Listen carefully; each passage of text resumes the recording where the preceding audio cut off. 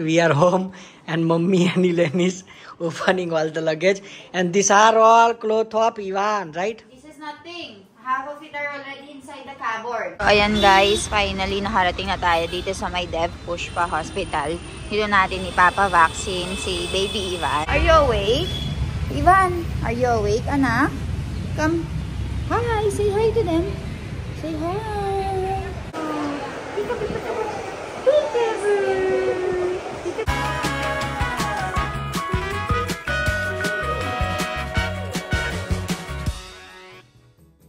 Hello guys, we are home and Mummy and Elaine is opening all the luggage. And these are all clothes of Ivan, right? This is nothing. Half of it are already inside the cupboard cabinet. Just open it. We are about to fix it. And see, how will I finish if Ivan is doing these things? Just imagine. Look. So, tignan nyo naman guys. Oh, yung lahat ng mga kopya niya. Dalawa. Dami niyang damit. Madami. Medyas lang. Just look at the medyas. Ang dami.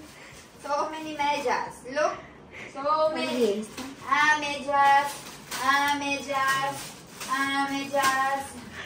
Medyas. Daming medyas. Puro medyas na lang. So, ayan. Sineseparate na natin yung mga damit na marurumi. Yung mga damit natin na binili sa Philippines. Kasi nag-shopping din ako doon guys sa online. So, madami din ako mga damit. Kasi sinasabi nila ulit-ulit yung mga damit ko. So, hindi ko kasi gusto masyado yung mga style dito. Kaya, binili ko sa sa Pilipinas yung mga damit ko. And mga damit ni Ivan, yung regalo ng mother ko. Lahat-lahat na. Ine-open na natin. And yung mga pancit canton, may mga biscuit ako na baon, and yung mga ibang papasalubong natin. Yung Kojic soap, ay naku po! The Kojic soap, this is nothing. This is one box Kojic soap. Where is other one? Inside, already inside. So much. There is another Kojic soap. Kai cha Kojic soap, Janu? Kojic soap inside already. What will you do? Here. Ay nako. That's all Kojic soap.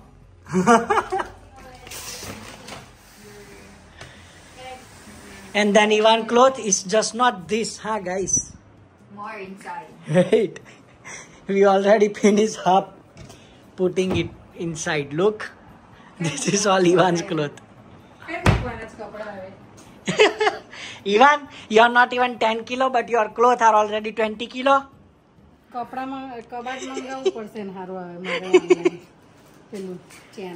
Dahil daw marami na namang damit si Ivan dito, ang binan ko naman, gusto daw niyang bumili ng cabinet or cupboard na naman online.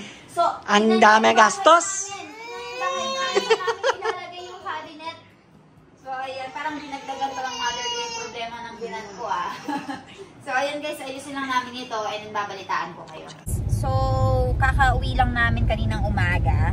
And nag-freshen up lang kami. Tapos natulog lang kami ng kaonte. And ngayon, pupunta kami ng Varodra. And kung napapansin nyo yung anak ko dito, dumededi siya. So yung anak ko guys, sobrang kulit. Pupunta kami ngayon for vaccination. Tawa-tawa siya ngayon sa akin. Pero mamaya iiyak ka. Sige.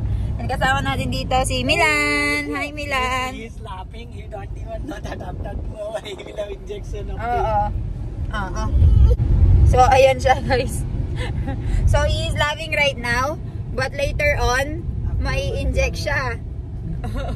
So wala siyang kaalam-alam. So actually guys, the reason kung bakit kami aalis ngayon is because nung nagpa-vaccination kami last time, sinabihan kami ng doktor na okay lang malate ng konti, pero pagkarating nyo, agad kayong pumunta dito para ma-vaccinate si Ivan. So pagkarating namin kaninang alas 6 ng umaga, after ng alas 6, natulog lang kami ng mga 4 hours since hindi nga kami nakatulog sa aeroplano. So, ayun, papunta kami ngayon sa may Varodra for vaccination of Ivan and nagpa-schedule na kami ng aming vaccination time. So, darating yung doktor ng alas 6, kaya punta tayo doon. And syempre, hindi kaya ng powers ko, kaya I have Janu with me. Hi, Janu! Hi! You haven't slept yet? No. You guys got your sleep? But I had to take care of Ivan. He was sleeping, and I was about to sleep. Then you forced me to come with you, so I couldn't sleep. You can sleep right now. I can't sleep in car. Very good sister-in-law guys. So ayun. on a vaccination center sa hospital, and then I'll update you. Where's my baby Ivan? Hi, Ivan! Hi! Flying kiss ka na, flying kiss. Flying kiss, everyone. Urebap, urebap, bap, urebap. Upo. Ay, pogi ka na, pogi. So, balik ko na siya sa likuran, guys. Napadedi ko na. I'll update you later.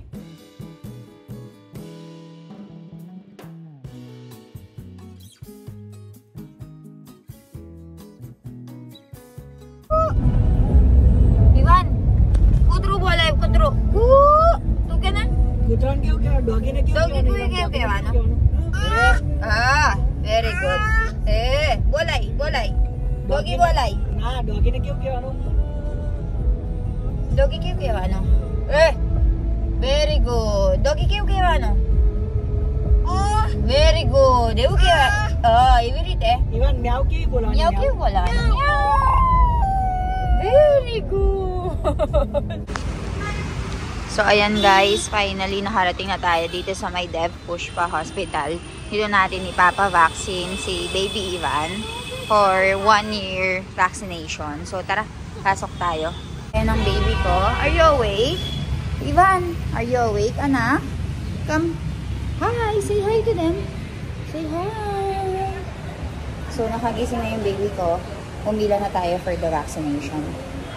Guys, so nandito na tayo ngayon sa Dev Pushpa Hospital. And tignan niyo ang baby Ivan, nagising na siya. So, meron tayong appointment ng alas 6, pero yung doctor kakarating lang. So, inunan niya muna yung mga nauna sa bigla. Umiyo kung ano ko. Why are you crying? No. Ay, you want to go? You want to touch that one? Oh, Touch karo, John. Let's go.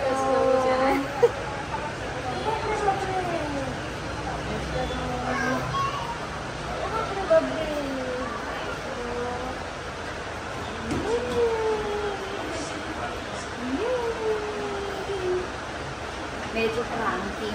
Kakagising lang na. Say hi to them. Hi. Hi, say hi to the baby. Hi. Flying kiss ka na, flying kiss. Let's flying kiss. Flying kiss ka na. Flying kiss ka na.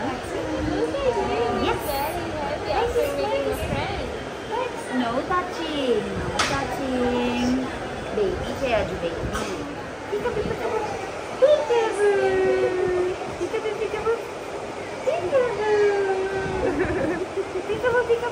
Ay, sarap lagat to Peekaboo. Oh, sarap lagas. Sarap lagat siya. Bakre bak. Peekaboo. Sarap siya. This is his face after 2 injections. Injection, oh my god. Very brave boy. Just when there is injection, and then after injection. Finish. Smiling. So, ayun guys, natapos na kami sa injection ni Baby Ivan. So, may medyo kamahalan yung injection dito, pero okay naman since marami siyang nako-cover. So, after 2 injection, umiyak lang siya ng konti, pero tumahan din agad. So, napaka-brave ng anak ko. Kaya, after nito guys, punta na tayo sa kainan. So, gusto daw kumain ni Jano doon sa isang restaurant dito kasi matagal nga siya ang hindi nakakain na dito dahil wala kami ng 1.5 months. So, ayan, punta tayo sa my Nini's Kitchen and doon tayo kakain. Ore, bapre, Mara Chokro, Rairuna. Guys, so umorder kami ng dosa for our breakfast for today. Meron tayong coffee dito, meron tayong chai, and Milan will be tasting it. Go and taste it, Milan. I already tasted it. Chai is better than coffee. Which so you mean to say before giving it to me, you already tasted it, Em? Go. Kain tayo, guys. Go and taste this one. No, I will just show you. This one have cheese, onion. That's it. This is called cheese dosa, right? Yes. Go and try it. How is it, Milan? South Indian food, Let's go, guys. I will be tasting it. Chalo. Let's try. Guys, I ordered coffee, pero sabi ni Milan, mas masarap daw yung chai. Let's see. It's okay. Let me try. Just like 3-in-1 coffee. Chai is better. If you are ordering in India, you order chai always, never coffee. I believe you now. Guys, let's go eat this with sambar.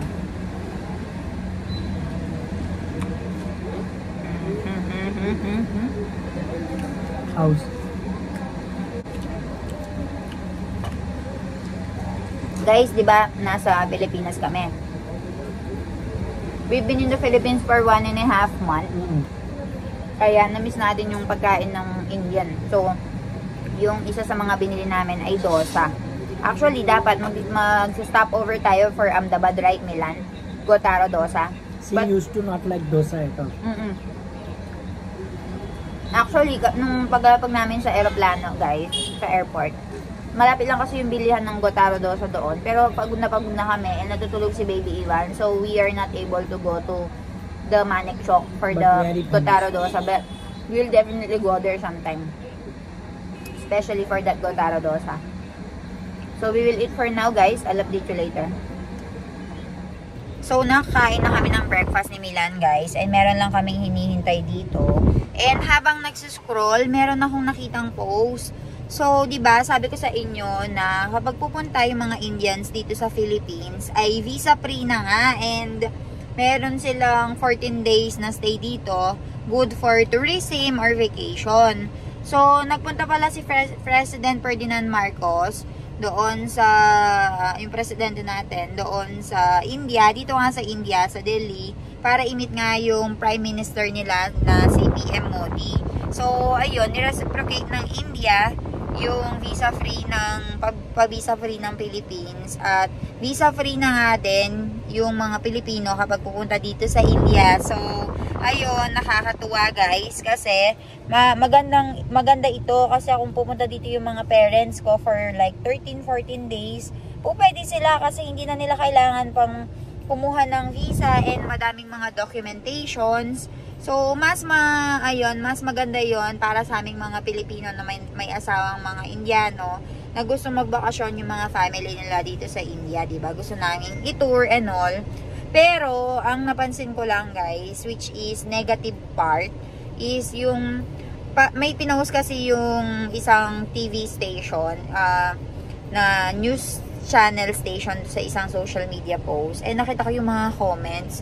Sobrang papangit na mga comments nila, and nakaka-disappoint bilang Pilipina na nakapangasawa ng Indiano kung ano yung mga pinagsasabi nila sa bansang India, kasi there's more sa mga nakikita nyo sa social media guys.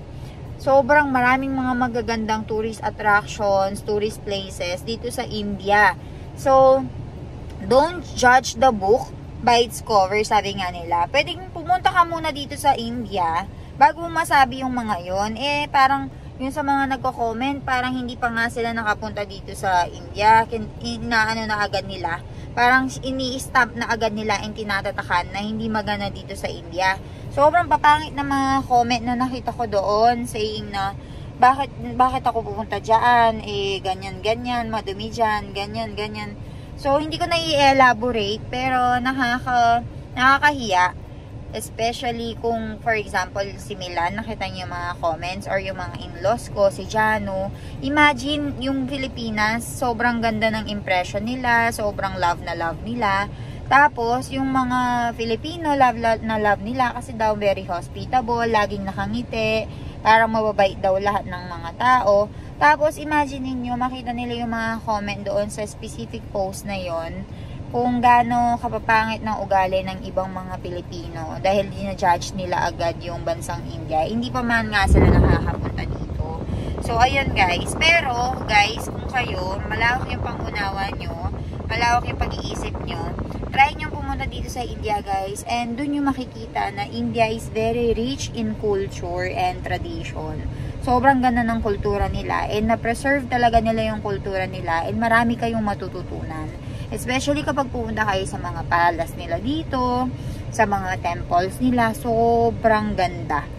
Talagang dun mo ma-appreciate. Especially if mahilig ka sa architecture, ay pumunta ka sa Taj Mahal, ayan, very Instagrammable, lahat yan. So, when it comes to food, kung medyo pihikan ka, o kung ayaw mo ng mga street foods, gaya nga nung nakikita mo sa social media, pumunta ka sa 5-star hotel. Pumunta ka sa 5-star restaurant para ma-experience mo pa rin yung fine dining cuisine or yung Indian food kung ayaw mo dun sa mga pipitsugin. Gumastos ka ng pera mo. Kung kaya mo naman, afford mo naman, at least makakasigurado ka na malinis and hindi sasakit yung tiyan mo. Pero, try nyo pumunta dito sa India, guys. Sasabihin ko sa inyo, it's a very good experience. Mababait yung mga tao dito. Especially, kung pupunta ka sa mga big cities, ay nako, talagang magaganda yung mga attractions na makikita mo. So, ayan guys, that's it for today. I'll update you sa mga haganapan dito sa India. Bye-bye! I'll see you all tomorrow.